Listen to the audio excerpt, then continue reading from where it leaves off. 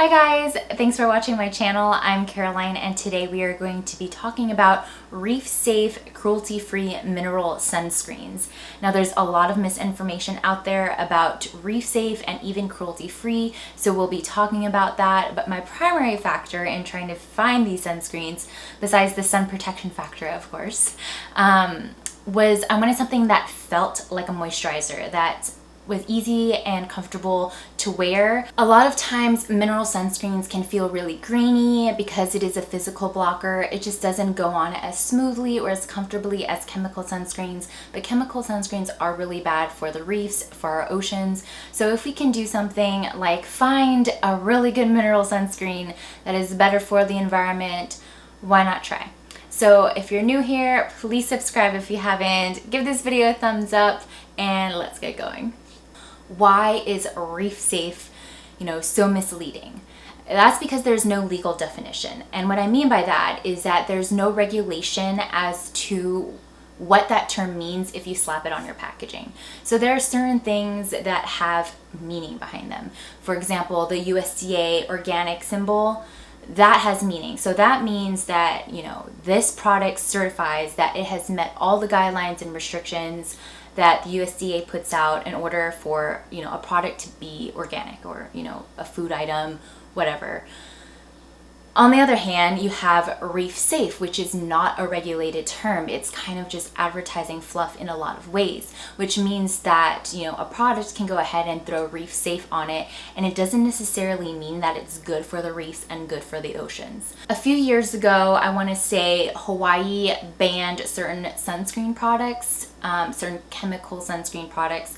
I'm not even going to try to pronounce what those ingredients were, but there were two main ones. I'll throw them up on the screen. Hawaii banned, these chemical sunscreens from being sold in the state.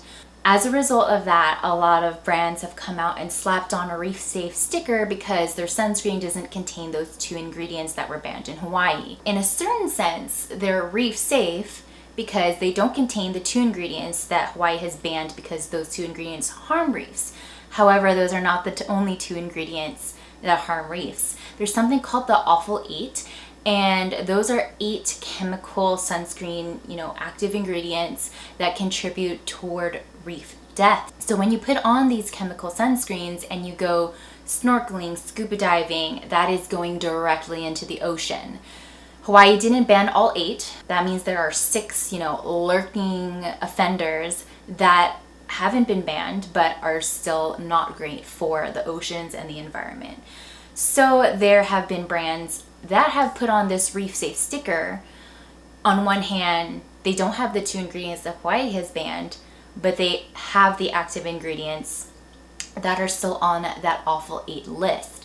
This information is readily available to your average person. I'm not a scientist, I'm not a dermatologist. A quick Google search will tell you, is obenzone reef safe? It's one thing that we can do to try. We're not perfect, we're gonna make mistakes, that's why we have each other, so that we can, collectively with our hive mind, try to, find the products that work, that are the best, that meet the factors that we're looking for.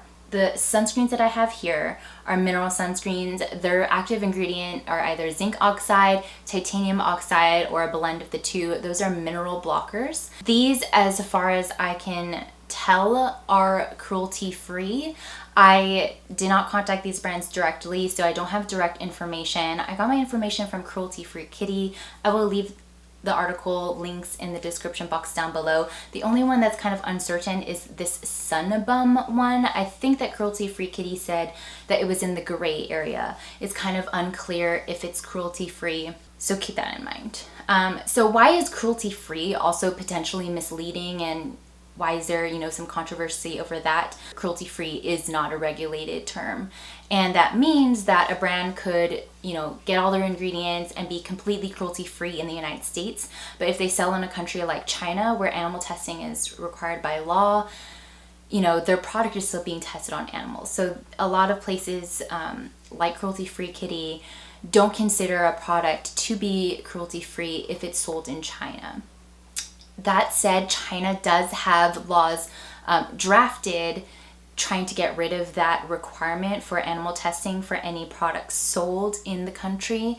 I don't know if it has gone through the process of being heard, if it's been passed or what, but I know that was something, and that would change, you know, the beauty and makeup industry in so many ways, because there are brands, for example, there are brands like Neutrogena, which, you know, tout themselves as being cruelty-free, except where required by law, which means that it sells in China, and if it, you know, if China got rid of its, you know, animal testing requirements, all of a sudden a lot of brands will be cruelty-free.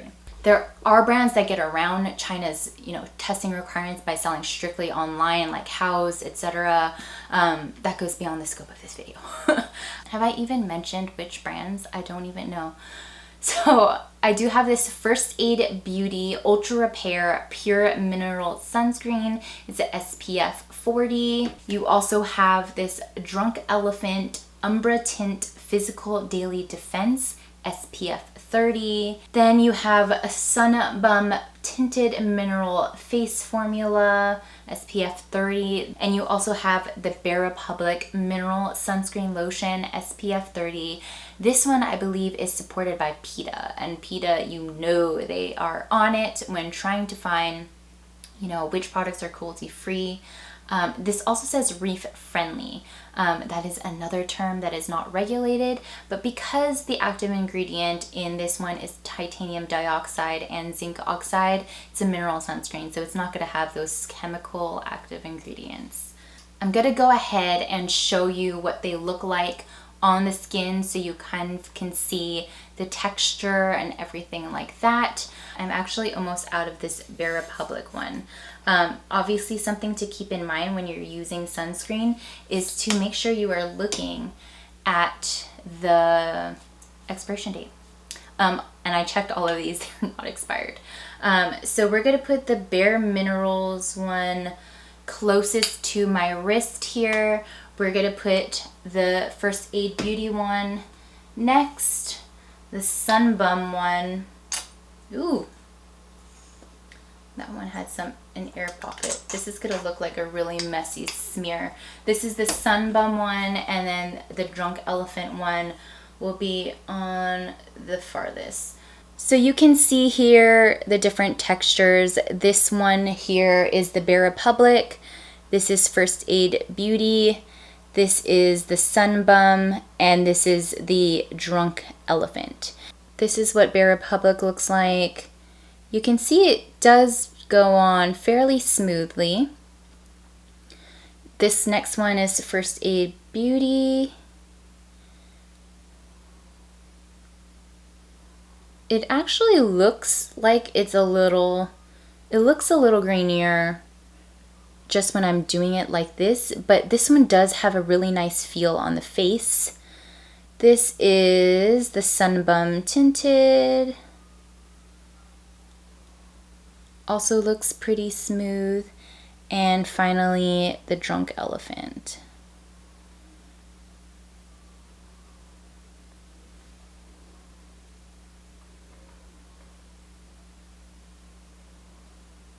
So I have all of these on my arm right now.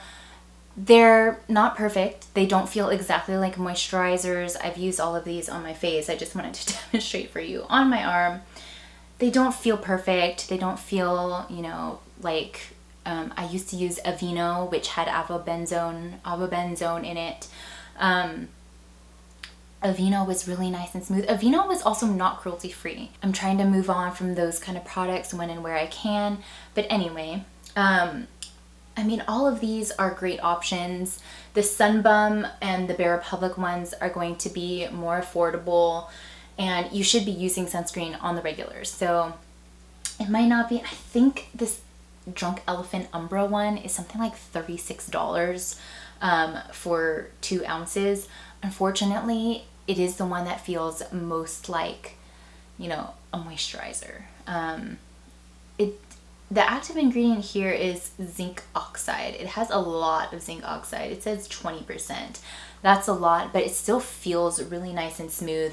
You saw when I smeared it on, it looked really, you know, creamy, really easy. The next one that I love is the First Aid Beauty one.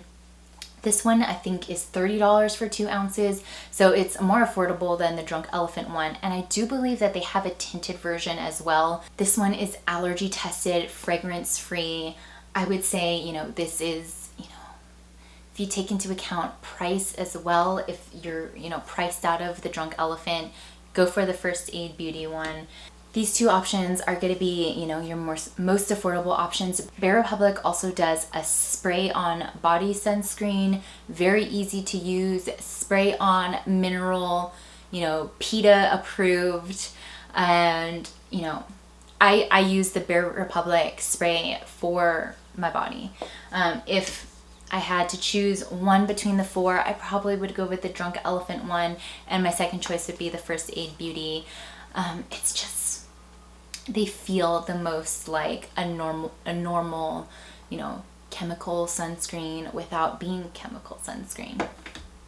If you made it this far in the video, please leave beach ball in the comments down below so I know that you made it to the end. Thanks so much for watching. I hope that this was helpful to you. If you have, additional questions or additional information, if you know something, that you'd like to share, leave it in the comments so that everyone can see. And until next time,